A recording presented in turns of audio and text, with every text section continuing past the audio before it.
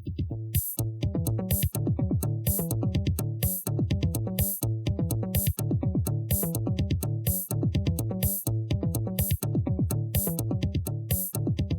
and welcome to the 7 Minutes Podcast, episode 16. I am one of your hosts, Zack.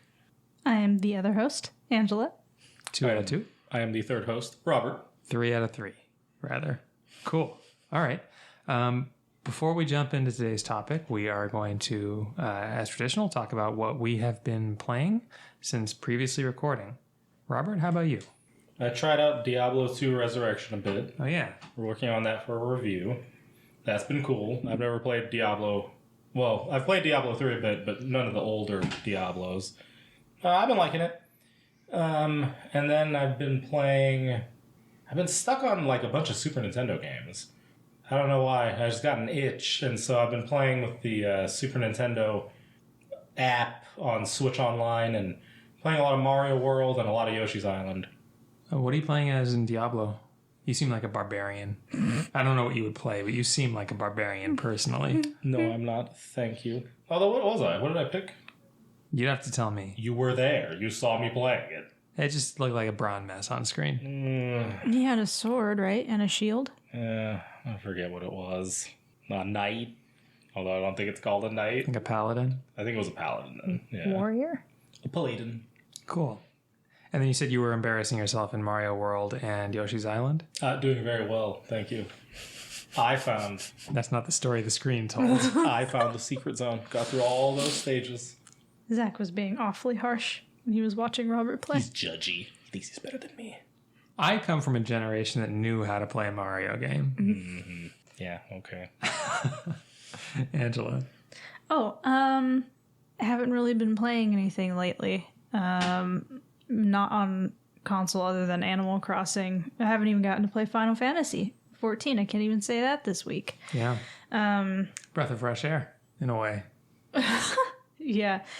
But I am gearing up to play Metroid this Friday. At the time that we're recording, Metroid Dread comes out on Friday. And I'm really looking forward to that. I think it looks very good.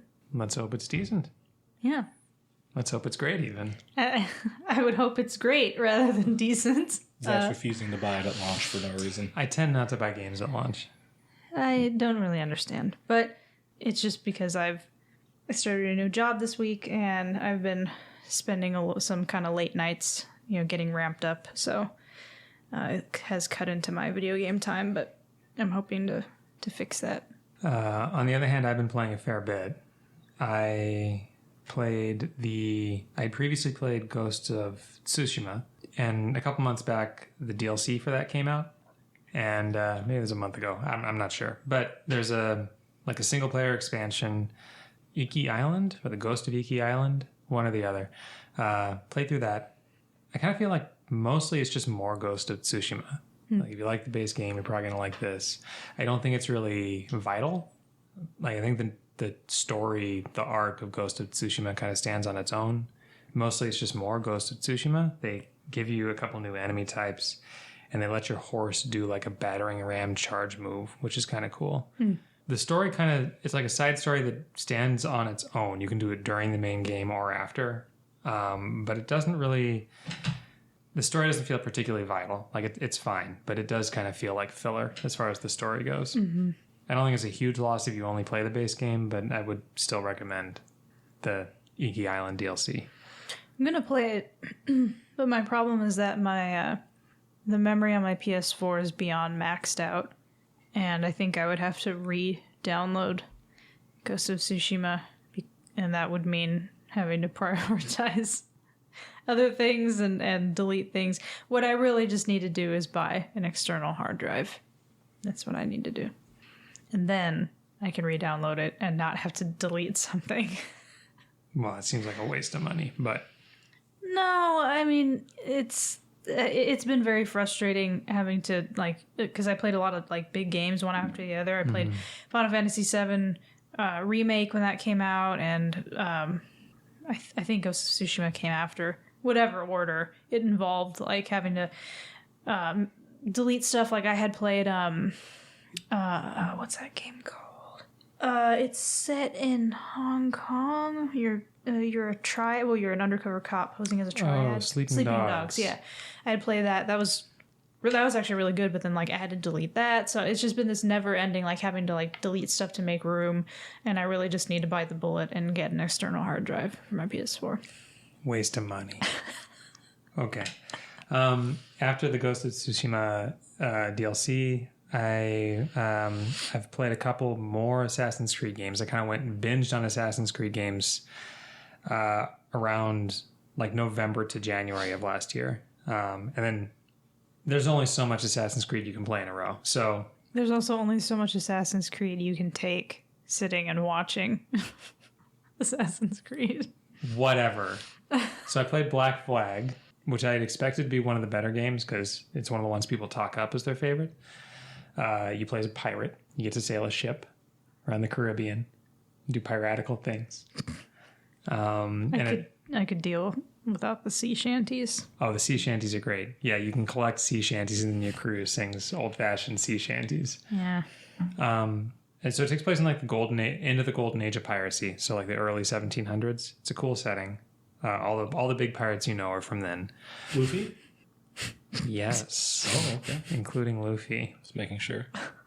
I wasn't really expecting the story to hit as hard as it did. As an adult, I haven't cried at many games, and this managed to draw tears from me. So far unique among the Assassin's Creed games for that, and I think also maybe the only Western-made game that's made me like actually cry while playing. But I think it's really good. Without going deep into what the story is, I think it does a good job with the whole cast of characters, not just the lead. And I think all the arcs are handled really well. The themes are handled well. And it is genuinely really like bittersweet and kind of a perfect ending.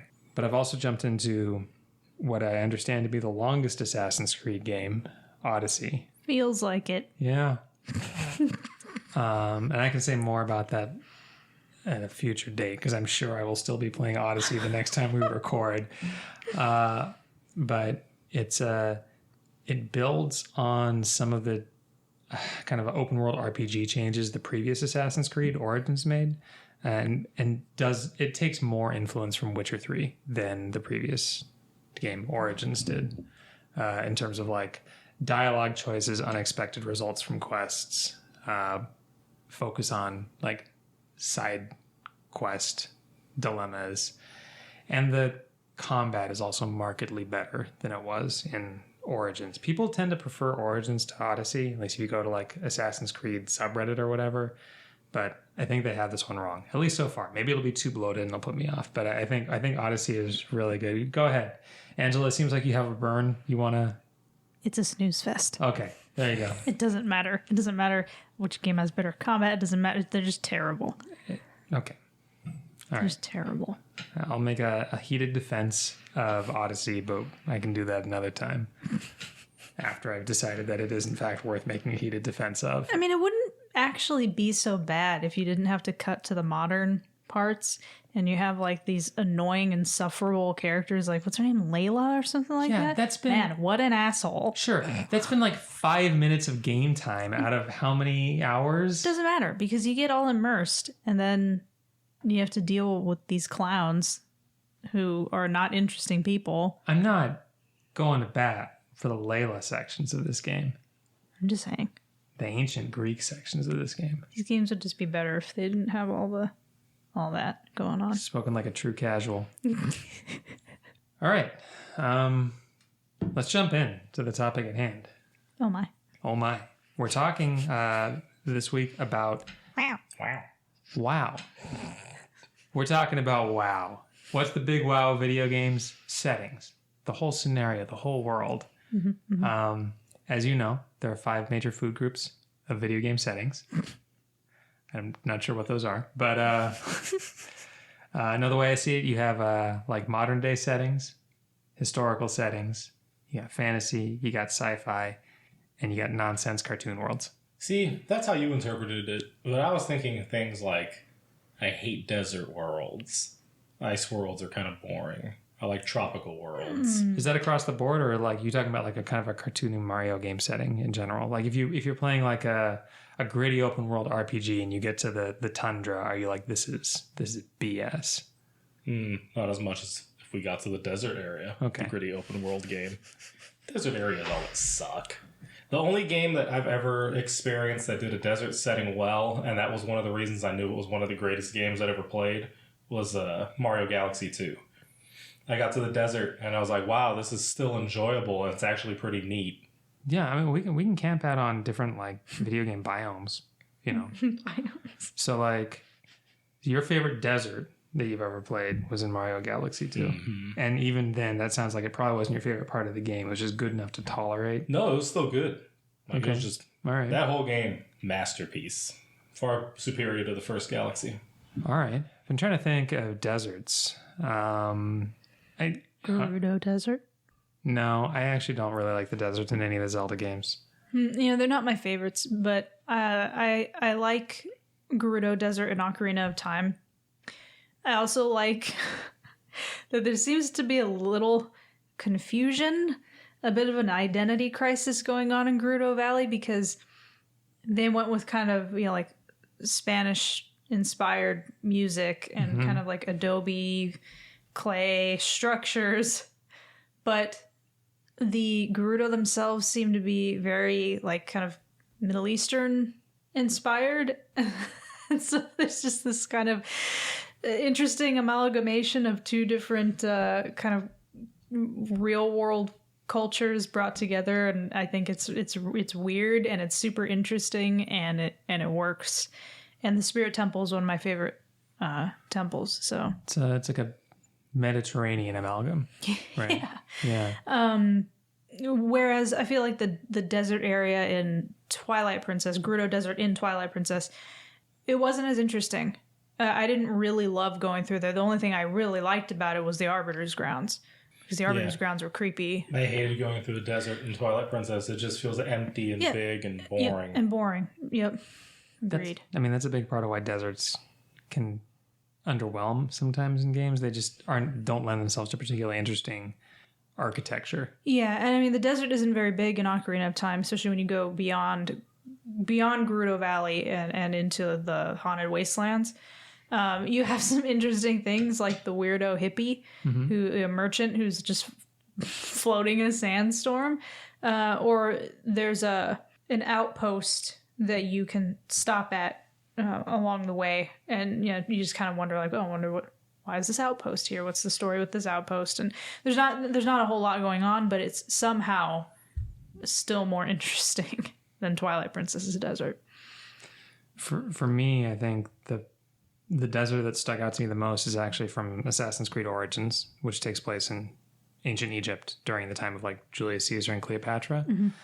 It's actually probably, I think, the most effective thing about that game is just it's not to scale, but they recreated pretty much the whole of Egypt, like multiple cities, huge expanses between them. So it's not just what you're imagining, which is like sand and some oases and some pyramids. There's a lot of variety, but it's still obviously really dominated by these bright golden deserts. Mm-hmm. And it's just really kind of arresting and breathtaking to see all of that.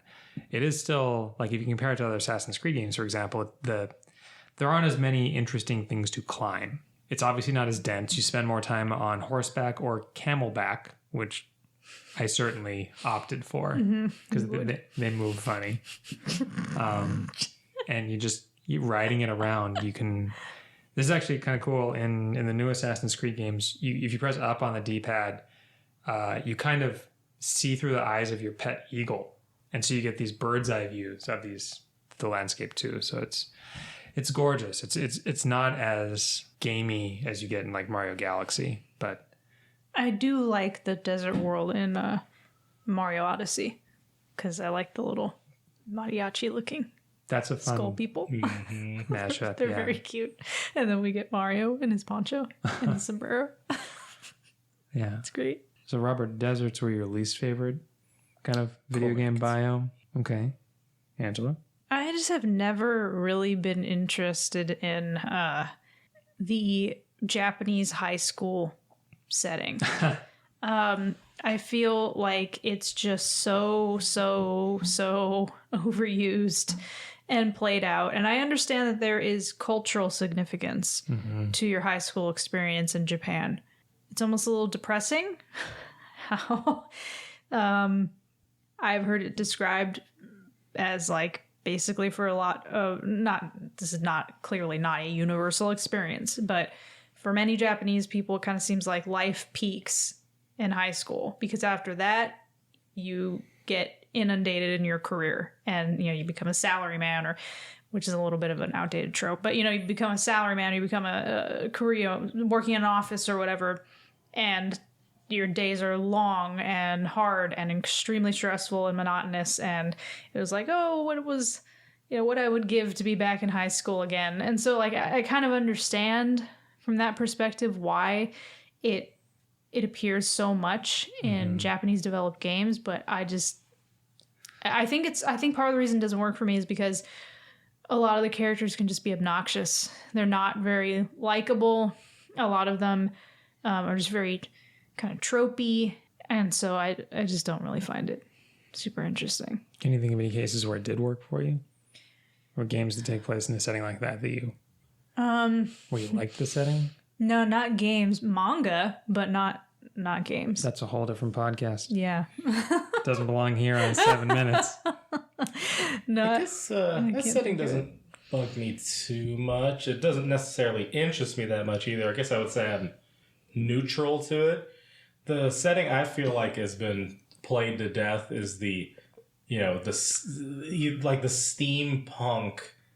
thing. Yes. Like, I can't tell you how many times I've seen a description of some game that's coming out, there's a steampunk aesthetic. It's like, why did it take you 5 minutes? You just throw a dart at a board and in the middle of it and just, steampunk. It's like, okay. I think it can be cool, steampunk. Well, I mean, it can be cool. I feel like, it's just played out. It's like Metroidvania. It's like every indie dev's like, let's make a Metroidvania. It's like, that was cool 20 Metroidvania games ago. Like, let's do something new. Yeah, I feel... You say that, but you guys both just indicated you're going to buy the new Metroidvania from Mercury Steam coming out this Friday. It's called Metroid. Yeah, it's called Dread. Metroid. It's called the best. But I actually feel that way about, and this is funny because I actually like this setting, but I do feel that way about like the post-apocalyptic zombie setting. I don't know how many of those games we've gotten now. How many deeks do you need? Oh, God. But even though those games scare me and I can't really play them alone very well, I actually do like them. There's something incredibly creepy about... It's obviously fake. You know that it's fake. But when you become immersed and invested in the story, things can get... Like, average things can just get creepy. Especially when the environmental storytelling is very good. Like walking into a house and you see, how it looked before the family had to flee. And then you're left thinking, like, what happened to those people? But nothing happened to them because it's not real. But, you just start thinking that way.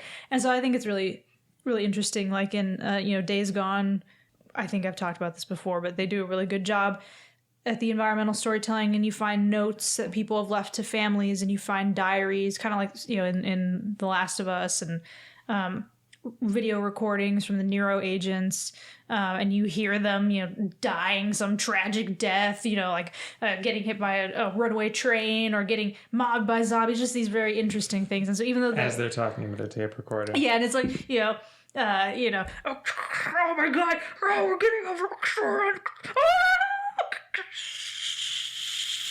To the dead air. Can't wait to hear that played back.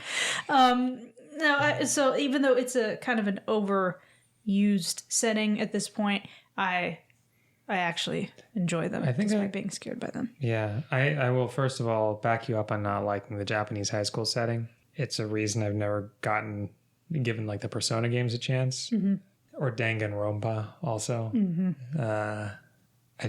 It's a blocker for me.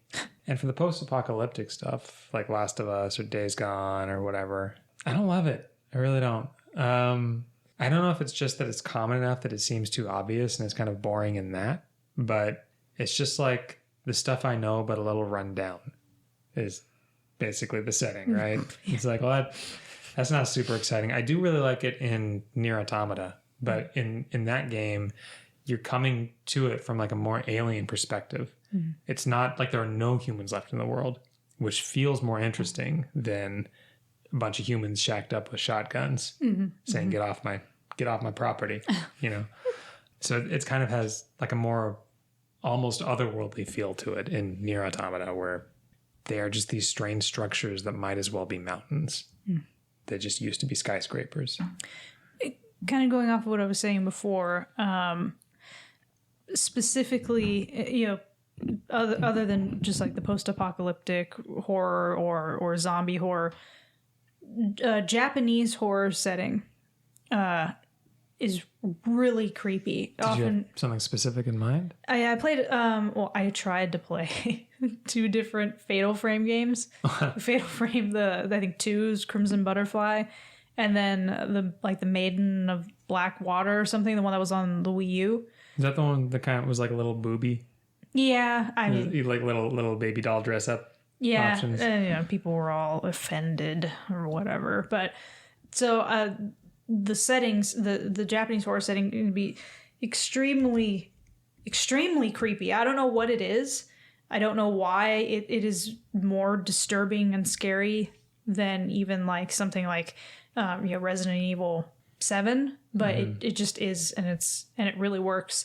Even a game where it's not it's not prominent, like in Okami, there's that house that is there's like the old couple that's living in it. Yeah, I know what you're talking about. And they're actually like demons or whatever. The cutters. The cutters. Called. Yeah.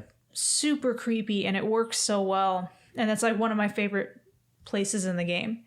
Or even like in Animal Crossing Pocket Camp, you can get Zack's rolling his eyes. You can get items or craft items that you can make you can craft to make your campsite look like a haunted Japanese area.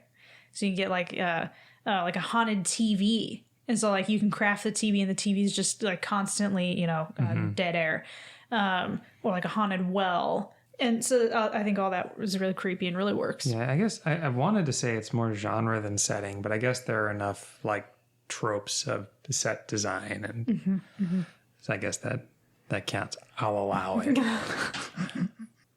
Cool. Do we all hate water worlds? Only one person at this table hates water worlds. Yeah, it's you. And that's more Zack. for gameplay. Bearded tyrant. But I don't really like tropical vacay style settings. Why not? I do like the Costa del Sol, like one of the best places in Final Fantasy 14. Yes, it is. Don't care for Yes, it. it is. What a lie. Yeah. Oh man, this sucks. It's just one of my least favorite areas in Eorzea, Costa del Sol. I do like Wineport on the other side of Eastern Lenosha.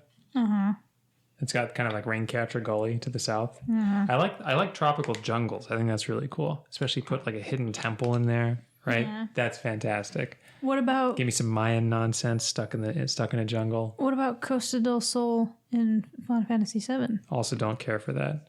Why not? It's just like a beach. Yeah, exactly. It's a resort town. Yeah. This is why Mario No, thank Sunshine is you. one of the greatest games ever. And Yeah, this is actually- why he despises That's it. actually what I was thinking of when I said I don't like tropical settings. Mario Sunshine, These Delfino wonderful Plaza is exactly. tropical areas. Yeah. And that the really good sunsets and the water. Best water in any game ever. Any game ever. So it seems like we can't reach a consensus here. to Trump won. That's a consensus. You've been defeated. So it sounds like a razor thin margin to me. Let's not oversell it. No. But yeah, Mario Sunshine. Oh man, all that tropical, the water setting. That's when Nintendo really started to cement its ability to do lighting really well. I think that in recent years, Nintendo has like become masterful with it. But the way the water, not just the way it looks, but the way the sunshine glints across it, it's incredible. I always looked forward to going to Great Bay in Majora's Mask. it gets a little better once you've saved the world and you know, things don't feel as creepy and the creepy music isn't on the beach, but it's really cool. So I got area. nothing bad to say about Great Bay and Majora's Mask because I did not make it far enough into the game to get to Great Bay and Majora's Mask. But Sad. I was actually looking, for unrelated reasons, I was looking at footage of Mario Sunshine earlier today and was kind of surprised by how spiffy it is. how ugly it is. Glorious. Honestly, I yeah. It's not ugly. I think the mental gymnastics he had to go through to get here. I can appreciate the look of Mario 64, and I think Mario Galaxy and Beyond looks great, but Mario Sunshine is like in some weird Dreamcasty middle zone where it just doesn't look right. The whole thing is like too plastic to be relaxing. This take is stone cold. You couldn't even microwave it. Terrible. Anyway, speaking of Mario and water settings, in Odyssey, there's a couple of really, really nice watery areas, but in particular, the beach level in that one with the giant chalice that you can get inside of. Oh man, all that water is incredible too. I think that might have been my least favorite level. What a coincidence. I mean, there was like one that was like kind of a self-contained lake, and then there was one with like an island with a beach around it, right? Yeah, I think you're thinking of the beach one. Or I'm thinking of the beach one. Yeah.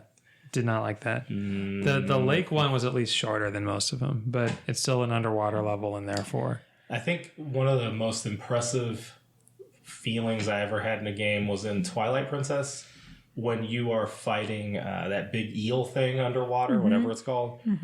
Like, the sense of scale in that chamber is incredible. Yeah. And, like, I think I might be getting this wrong a bit, but I swear I think that once you defeat the boss, you actually see the water emptying. And as it's emptying, you get a greater sense of like, wow, I was in this giant and just enormous tub full of water. It was incredibly neat. And, you know, another water setting. It's a pretty cool water temple in that game. yeah. Well, opinions differ.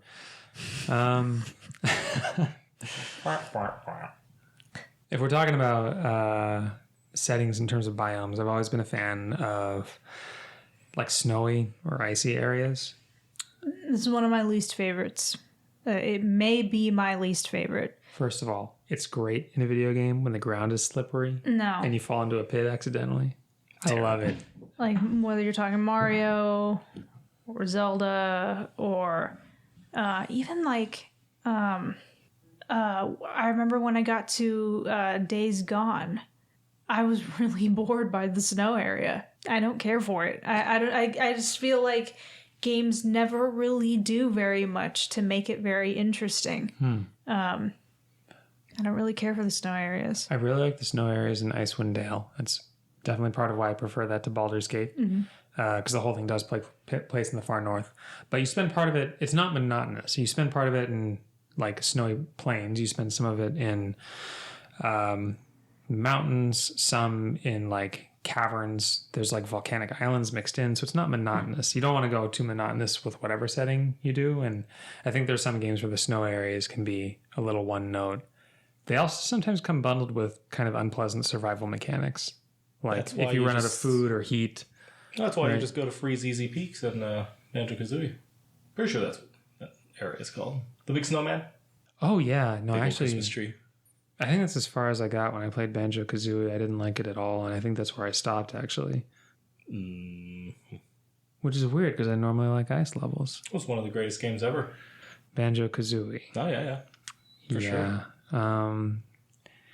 Anyone have anything to contribute that's not a bald-faced lie? Banjo-Kazooie is great. It's coming to N64 online for Nintendo Switch Online. It's going to be great. Who cares? Everyone who's an awesome Nintendo fan. Why don't you care for Banjo-Kazooie? What's your problem? It just feels like a playable checklist. It doesn't feel like fun to move. It feels like every world you're just like, well, you got to get all these Jinjos, you got to get all these No's, you got to get all these, you know, it's just like, but that feels like that's pretty much all the game that there is. Well, you know, it's sad. Anyhow. I like urban settings in games. Yeah, me too. So we talked about this in a previous podcast, but like part of the allure of Tony Hawk was that the Tony Hawk on Nintendo 64, the first one, part of the allure for me was that it was like a real world. And it felt like, actual settings, in a way that other N64 games didn't. At least in terms of the ones that I played up to that point. Isn't that more post-apocalyptic? I was watching you play this, and it's like it's an empty... No, you're thinking of the remake. I said the N64 one. Okay, does that one have people in the mall? And you're still in the mall after hours, but it's not dilapidated. But, like, you have the school, you have the mall, you have the warehouse. Like, it felt like a slice of life. And then as time has gone by, we've gotten more and more games where the settings in these urban sprawls are just more and more realistic. And I always think that's neat to look at. The Yakuza games do a really good job of making you feel like you're in Japan.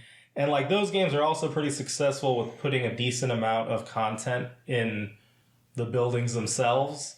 Because that's one drawback with like these urban recreations. That's just a bunch of empty rectangles that you can't go into or do anything. But yeah, the Yakuza series gives you a lot to at least go and explore.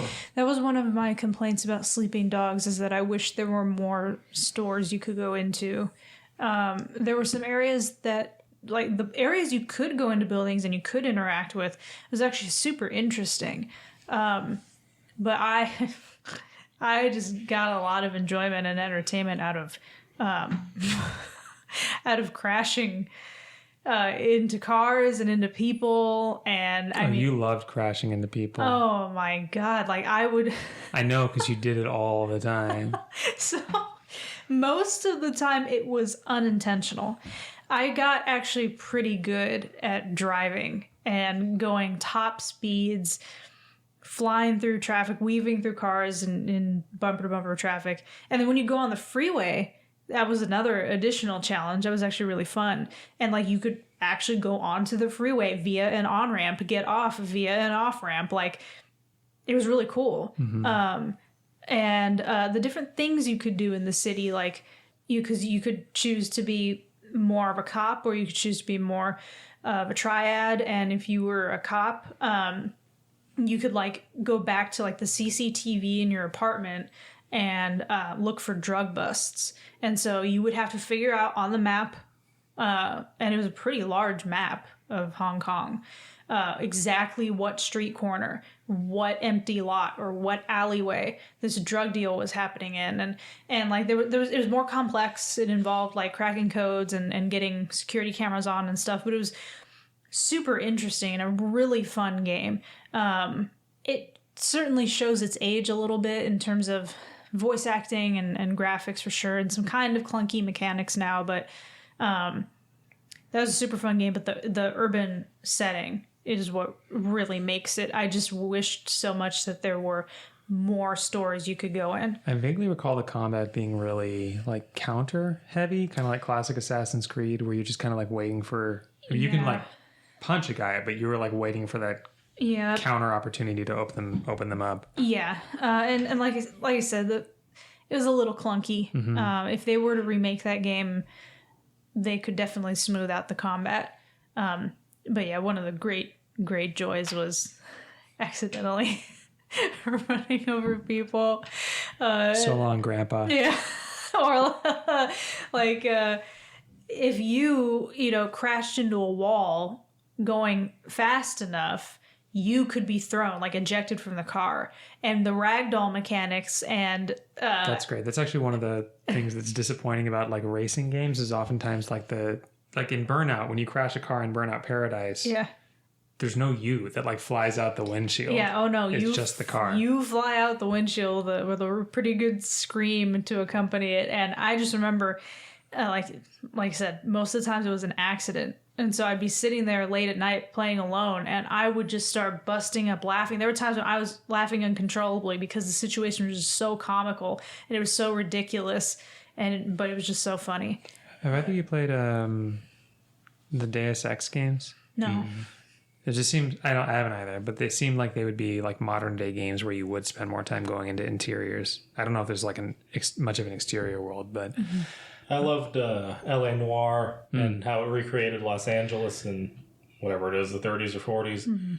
I thought it was neat because my dad saw me playing it And my dad loves like cities and architecture and everything. And so he saw where I was, and I told him it's Los Angeles. And so he started telling me what streets to go down because he knew the layout and it matched. And he said, if you go here and then you go here, you'll get to a theater. And sure enough, there was a theater. It was really neat. I think I remember playing, this is obviously not nearly as accurate, but I think I was playing one of the Crazy Taxi games before I knew it was based in San Francisco.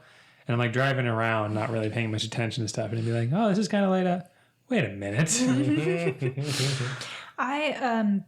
Even though it's not urban in the modern sense, games like Witcher 3, where you're in these shitty little rundown podunk villages, and then you get to a giant city, like Novigrad or whatever.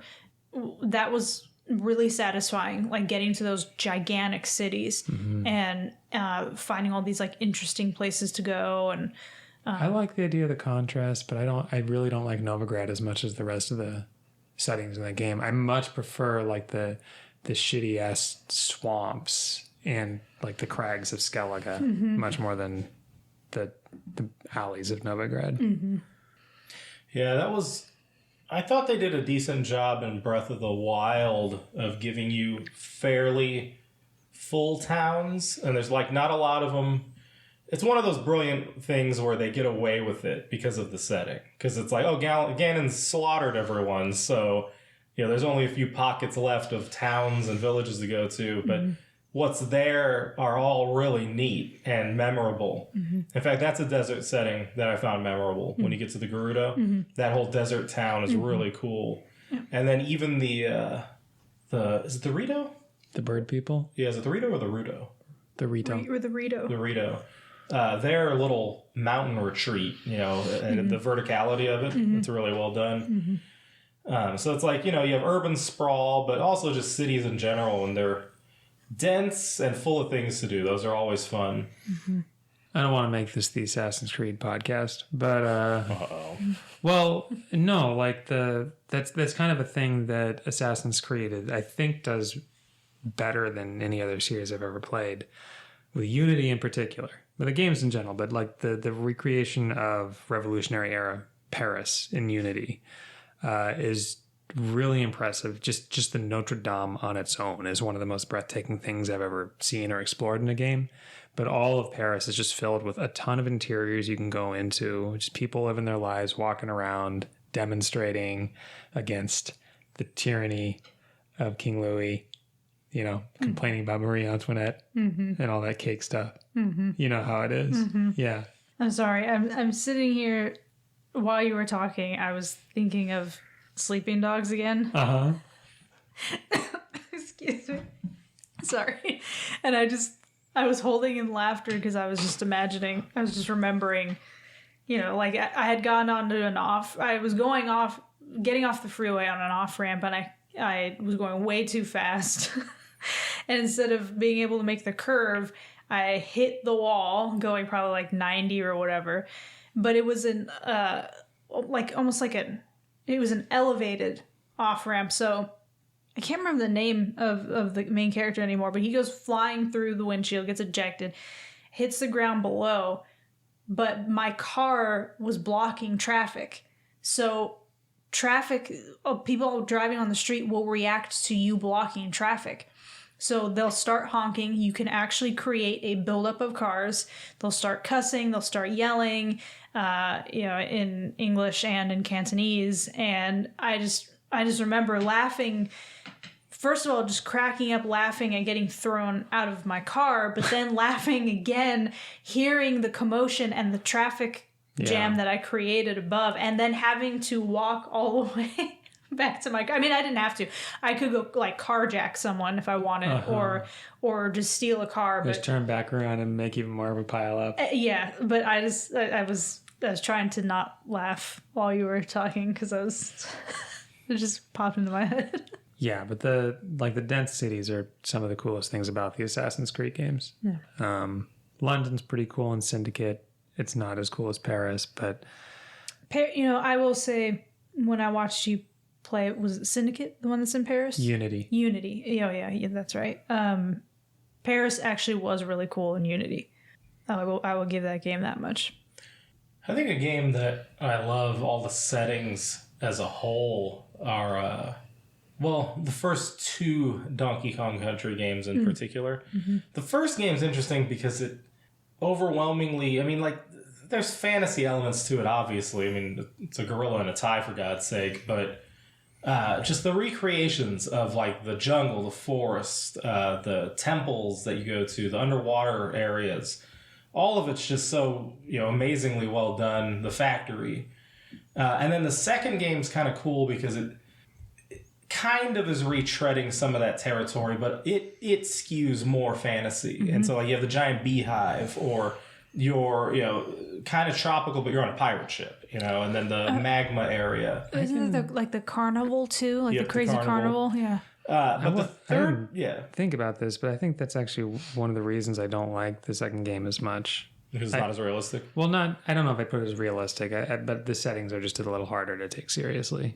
The third game starts to skew back to being, I feel, more realistic like the first game. But the third game kind of ditches the jungle and goes hard into, like, forest. And there's a little bit of forest in the first game, but the third game is heavily forest and mountain. And there's something about it that's just... there's not enough of a mix, I feel like. And so I do like a lot of those areas, but it's the weakest of the three visually when it comes to the settings. And musically. No, it's got a good soundtrack. Definitely musically. It's just the weakest of the three for sure. But anyway, I don't know if this is just me, and this is just my own biases coming out, but I felt like the third game had kind of like a hillbilly vibe that I wasn't really digging at times. A little bit. Like the bears are like these kind of woodsy bear people. Yeah. Is there a country jamboree? Actually, is there? I don't know if there's a jamboree. But no, I just didn't really care for that much. The sawmill and like that whole kind of the river. Like, it's just not really my type of setting. Not your cup of sweet tea? No. I don't like sweet tea. I take my tea without sugar. Thank you. I do like forests generally. Mm-hmm. Oh, yes. Me too. Give me that green. It's just like the quintessential, fantasy setting is the forest. And I Breath love of the it. Wild gave Link his first, ignoring the Super Nintendo and NES entries, but, his first true 3D forest to go through. Like, everything else, it was always, like, a little smattering of trees or, like... Or an Ocarina of Time, they're all pre-rendered backgrounds. Exactly. But, like, you get into Breath of the Wild, and it's like, whoa, you really are in nature in this one. It's like, and that feels...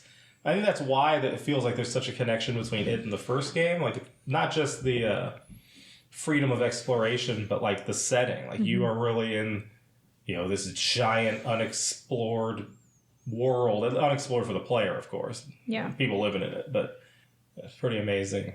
I've never really been a big sci-fi fan.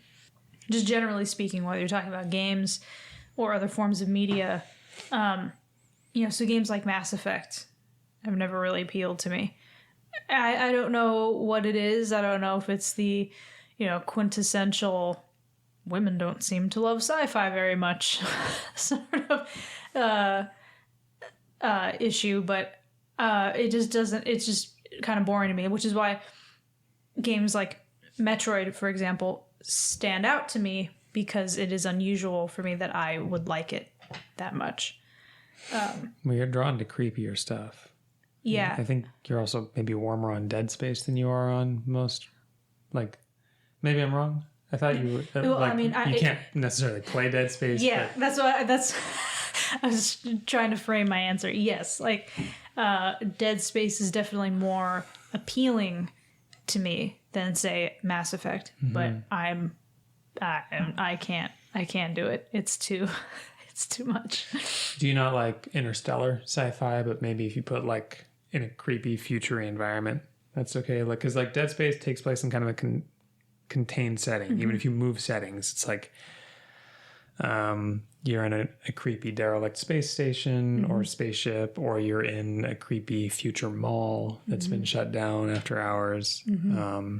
And then Metroid is caverns. Like it's sci-fi, but aside from your power armor, mostly it's just you're going through like weird caves. I mean, planet. Star Fox 64 is one of my favorite games, and that's look at you shaking your head. It's always something negative to say about the greatest game. The worst setting is Furry World. It's not Furry World. Not at all. Get out of here. How dare you? Anyway, that's another one that is an exception to the rule for me. Star Fox, the one on the Super Nintendo and the one on the N64, Star Fox 64. I love those games. I think they're great, but just overall, sci-fi just doesn't really speak to me. Speaking of exception to the rule, I thought of another desert setting I really liked. Metal Gear Solid 5. That made Afghanistan very interesting. And, like, it's beautiful. Yeah. And, yes, you're in the desert, but, like, it feels like there's a lot of visual variety. And that's another just masterful desert playground to fool around in. How do you feel about sci-fi? I don't dislike it. I mean, I was a Star Wars fan growing up. I think when it starts to get like super hard sci-fi, I'm not as interested, but my tastes have changed a little bit, I think, as I've gotten older. Like, I really love the original Star Trek TV show. It's not a video game, but like that's pretty sci-fi and I enjoy it. In terms of video games, I thought Jet Force Gemini had a really neat setting, all the alien worlds, but then like some of the spaceships that you're in, that was really cool. Wipeout, like those kind of racing games, F-Zero, that futuristic sci-fi setting really works for me. Trying to think of other examples. And I know, Angela, this is like maybe a subset of sci-fi or a subgenre, but you do seem to really like cyberpunk stuff. You like Midgar in Final Fantasy VII, you like Ruiner. Right? Yeah. It really has to work for me. You said, did you say cyberpunk? How'd you describe it again? Yeah. It's like cyberpunk. Yeah. Yeah, more of like a kind of cyber, like future, whatever. Or some grit. Yeah, some more atmospheric ground level sci-fi, all the stuff we're talking about, yes. right? Because Ruiner is a great example. Because Ruiner, there is a city for you to explore, and Rangkok. Yes, and I do wish that Raycon had put more into Rangkok, but there are limitations that a smaller studio has to work with, but the places you could go and the little nooks and crannies and the conversations you could eavesdrop on, like, it was super interesting. And, thinking of other media, like, the original Blade Runner, I really enjoyed. And, I just had it in my head. It was something else that you mentioned in addition to Ruiner. Midgar. Yes. Yeah. Final Fantasy VII. Yeah. Super interesting looking around and, yeah, that's a good one. Thank you for reminding me. Sure. I think the kind of like biome kind of settings, the one big standout that hasn't been mentioned that I love to death is like caves, subterranean spelunking, networks of caverns, mossy caves. I'll tell you. Crystal caves. I will tell you, I really don't like caves. They bore me.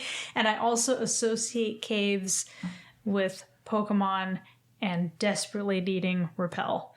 Otherwise, it's just every few feet you're getting stopped by a Zubat or whatever, or Golbat. And I just... Look, I'm not saying every cave is good. Mount Moon is no good. I'm trying to think of caves I like. I mean, the caves in Donkey Kong Country are interesting. There's some caves that you go through in Donkey Kong Country 3 that are really neat, especially because they incorporate some water. And I love that feeling of like the water while you're underground.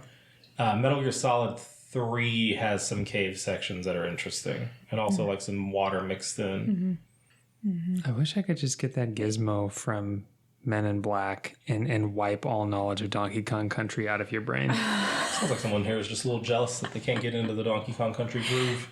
The caves in Witcher 3 I'll give you this much. They were a mixed bag for me.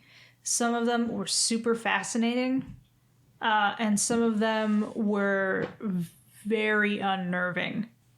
Obviously intentional, but like I didn't really enjoy it because I was feeling a little uneasy. I cannot do caves in horror games. I cannot do it when Like the mines in Resident Evil 4. Oh my all god! dark. Yeah, the mines in that game. They're not even that dark. The mines. What are you talking about? The mines Use a big light. in Days Gone. When I was playtesting that game, I had to take off my headset because it was too much. Like going through the caves, it is pitch black. Zubats everywhere. You know, jump scares everywhere. And so the only thing I could do to alleviate my fear was take off the headset. And then I started doing that pretty regularly. And they asked me later why I was doing, like, wait, when we noticed that you were taking off your headset, why was that? And I said, because that was the only way I was able to get through this playtest. Because if I took off the headset, I wasn't as immersed, and then I was just hearing the sounds of like people cussing, people getting mad, people getting scared, and then laughing at themselves for getting scared. Like, so that kind of took me out of my fear. But no, those caves were effed up. Those caves were just wrong. I will extend my love of caves to catacombs and subterranean structures more generally. Couple standouts for me are in Dark Souls 2. There's in one of the DLCs, this cave, huge hollowed out space. It's not like narrow tunnels. It's this huge hollowed out space with like an entire city that has like sunk through the earth and is now completely ensconced in this cave. The sunken city of Shulva, which is this ancient ruin in the middle of a cave. Super cool. And the other thing I want to mention is in Dragon's Dogma, not any particular cave, but Dragon's Dogma, more than any game I can think of that has a day-night cycle, the night is inky black. Like in a lot of games, when it goes into like the nighttime visuals, it's just kind of like a dark blue tint on things. And in Dragon's Dogma, it's like being underground. Like if there are like wolves or goblins growling in the darkness, if you don't have a torch up, you're not seeing anything. It's not that it's harder to see. You can't see anything. You cast fire spells in that game just to get a glimpse of what you're looking at. So the caverns in Dragon's Dogma are all super creepy because there are things down there, you know, and it just like it's terrifying. And exhilarating. Well, it's like Metal Gear Solid 4. You go through this European town, and it's at night, and that does a really good job of making it truly feel like it's nighttime. It's also like kind of creepy because there's some people out and about, but not really, and you're avoiding getting detected. But then there's also this creepy arm thing that's crawling around, and they're trailing you, and you actually don't realize it unless you find out later. If, like, I don't know if the game tells you, but like you can actually see that they're trailing you. So it's even creepier to think you're going through sneaking and don't even know you're still being watched the whole time, whether you're aware of it or not. That's another really good setting. Also another good urban setting. I guess part of it for sure was urban, but I played almost through the entirety of Call of Duty Cold War, the campaign, and it was really interesting. It was really good, but just a lot of standout moments were going through a lot of the settings that you were put into. One that really sticks out is you're going through it's like KGB, like a KGB training ground. And, the KGB would create fake American cities. They'd go full scale, like real, like true to life scale, to practice, attacking American cities. And so you're I don't even remember because it's been a while since I played this game, so I don't remember all the details. I just remember you're going through their compound, and you're actually you make your way to the training facility, and you and the other characters are like, at first you're confused. You're like, what is this? Like, why am I in an arcade? And then, now I'm on the street and it looks like I'm back home. And then they realize what it is and they're pretty disgusted and angry. But it's really neat. Or like, you're going through these European towns. And at one point you have to like sneak into someone's house to, I think get a briefcase or something like that. And it's super interesting, just like the details in this person's home. And then you go undercover, like from the point of view of an undercover, like KGB agent or whatever. And you're in, what were their headquarters called again? The Kremlin? Yeah. You're saying that was the name of the headquarters? Right? I can't remember. Like the KGB is the agency. Yes. Yeah, I guess it was the Kremlin. I could be wrong. I can't remember right now. But anyway, you're there. Like, you're in the belly of the beast. And it's pretty nerve-wracking because you're playing this double agent. Yeah. Who's working with the CIA, but he's also a KGB agent. So the whole thing is just like, it's really interesting and super unnerving and creepy being in their headquarters and playing double agent. But like, it really, the level of detail that they put into that setting was really good. Do you guys know that this reminds me of there's a Travolta movie which I have not seen. It was from like somewhere in that long period between his successes, so sometime after like the Saturday Night Fever Grease period, before Pulp Fiction, where he's playing an American, and like for some reason the American is in Russia. I think he's supposed to be like teaching them something so that, or he's like brought over so that the Russians can learn from him how to better pretend to be Americans for like spy purposes. But they have him living in like this weird recreation of 1950s America, because their idea of America is so, like, the movie takes place in the 80s, I think, but it's like a 1950s rocker America. And of course, the way the movie works is he ends up like converting the whole town to being pro-democracy. But it's just like this whole like idea of a Russian fake American town. Well, speaking of Call of Duty, one thing that matters with setting that maybe we haven't talked about a lot is, the audio can have a big impact. And I remember playing Call of Duty, I think it was Cold War. What's it called? Cold War? Not Cold War. Call of Duty Black Ops. Oh, It was Call of Duty Black Ops 2. And I believe the level was Silo. It's like the Silo level. And you're in Pakistan, I think. And I remember playing with my friends online, and where I live, I don't have to worry about like sound. So I have a stereo system hooked up to my game. So I'm not playing with a headset. It's actually around me, from speakers. And man, there was a point on the level where I think like the silo's opening up and maybe like a rocket's firing. I just remember there was this incredible moment where the sound just seemed so real. Like they had done such an incredible job of implementing it. And I asked my friends, I was like, does anybody else hear like what I'm hearing right now? And my friend Phil, I can't remember if he was playing with stereo or if he just had a good headset, but he said he was noticing it too. And it's like, man, like the visuals of it was already well done, but to then have the audio suck you in even further, that was really incredible. That's one of the kind of cool things about video games, is that I think, isn't it as far back as even like the Super Nintendo games were already starting to use Dolby sound for some of the audio? I couldn't tell you. Man, I'm going to say Donkey Kong Country again, but I could have swore the DK games might have had some Dolby stuff, but I know at least as far back as like the N64 era, they were already implementing incredible sound design, and that has a huge impact on recreating either an actual place or convincing you that you are somewhere. Agreed. I want to say the PS2 might be the first console that actually has like an optical audio output built into it.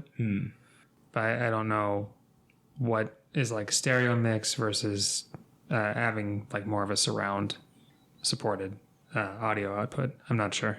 If anyone's curious at home, the name of that Travolta movie is The Experts. Thank you, Zach. I've not seen it, but I'm sure it's wonderful, despite middling to low reviews. Well, I don't think we can conclude any discussion of favorite settings without mentioning how beautiful Yoshi's Island is. What a wonderful aesthetic. That whole island setting, but with that child book, veneer over it. I forgot how, like, the first two worlds, they're cool, they're really pretty. But when you get to the third world, where the monkeys show up, all of a sudden you're in the jungle, but, like, you're in these mud flat areas, and I forgot about them. And that's another example of, like, the audio complementing the setting, because your footsteps sound so thick and chunky on the mud. And just the way the use of color and the way that they played with different little bits of lighting in that game. Like, man, it's incredible. I'm curious what that game looked like before they had to redo it, because I think the urban legend is that they told Miyamoto, Donkey Kong Country looks too good, your game doesn't look good enough, you need to go scrap the visuals. So it's like, what did it look like before? Like, because it's pretty incredible. Is that now. not part of any of like the Giga leaks that have come out? I think there's some sprites, but I don't think there's like actual like the backgrounds and everything. I have not dug into the Giga Leak in depth, so I might be wrong. But The visuals in the underground caves in Yoshi's Island are very good. The sparkling and, like you said, some light effects that go on in there. Well, that's like they have some atmospheric fog in a couple of the underground levels. I'm like, man, this is really impressive for a Super Nintendo game. It still looks as good as anything new. Yep. Incredible. Yeah. It's too bad it plays like Yoshi's Island. Incredibly, you mean? Get out of here. And there's an abundance of Shy Guys, including little tribal guys with their spears. So many different Shy Guys. It's wonderful. Any other settings either of you think we should talk about? No, I think lava levels, sky levels. I think the final. No, I actually don't really care for sky levels, but I don't like sky levels either. Boring. Yeah, I think the final thing I would mention, it's probably just more, I guess, general fantasy, which I do like, but like Dark Souls and Bloodborne are super interesting because they are fantasy, but it's like it's twisted and it's Gothic. dark and gothic, yeah. And I think that's super. It's super appealing. It's super interesting. It's creepy, but it's also not so creepy that I feel like scared to explore. But it's, I mean, maybe at some points, but it's very well done. No, I think the Souls games are great for that. I really love, like the dark fantasy and some of the weird, like the mimics in Dark Souls. Obviously, Dark Souls didn't invent mimics, but the mimic as a chest where it has teeth, but all the teeth are fingers, and there's a giant tongue and like a weird, like the body that extends from a mimic looks like, if you've ever seen like Japanese theater, they have these people like dressed in all black, right? Yep. The mimic looks like that, but with a chest for a head with finger teeth. Super cool. The other monster in Dark Souls, I mean, there's a bunch of weird ones. The other one that always stuck out to me is in the third game. It's like an ogre with like a hand for a head. Like it's got hands where your hands would go, but also the head is a hand. And it can grab you with the head. It's just like these weird kind of body horror elements to the monster designs in that game. I love them. I thought I had plugged Demon Souls in a few months back, and that setting was also really cool. It's like, I know Demon Souls is the precursor to the Dark Souls games. It looks so beautiful still, even on your PS3. When you die, you end up in this like weird kind of like chamber. The Nexus. Yes, man, that still was very impressive looking at it. I remember when the trailer for the whatever remake or whatever port of Demon Souls for the PS5 came out.